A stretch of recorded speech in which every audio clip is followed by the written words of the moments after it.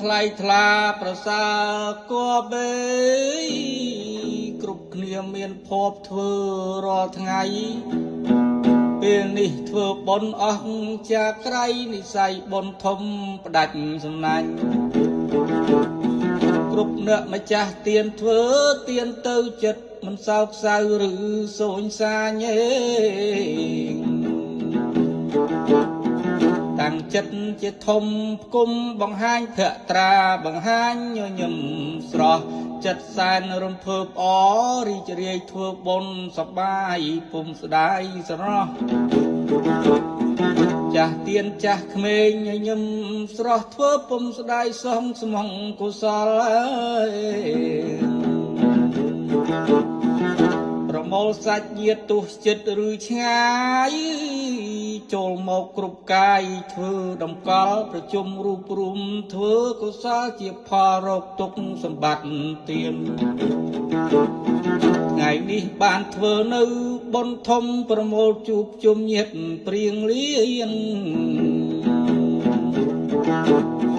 ចូលចាប់កុសលផលបុណ្យនឹងទៀនជាស្ពានចម្លងរោគត្រោយសុខល្អអាយសែនល្អកម្របានជួបជុំសន្នីឆ្ងាយស្រុក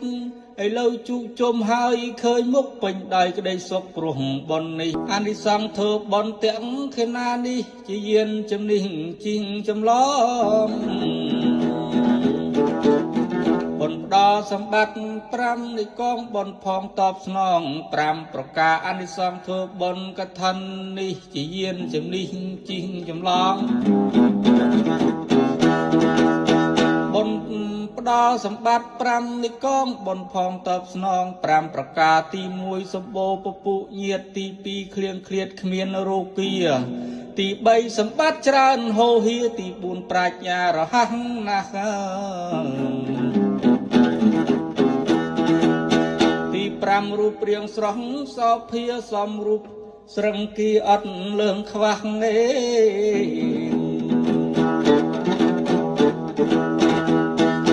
មាត់ស្រស់ថ្លាដូចច័ន្ទរះគ្រប់ជាតិមិនផ្លាស់ក្រឡាស់ឡើយលុះដល់ទីបំផុតជីវិតខ្សែមិនធ្លាក់អបាយទុកនោះកាយស្គាល់តែរីករាយសុខលហែលហើយហេតុនេះអ្នកចូលបំពេញ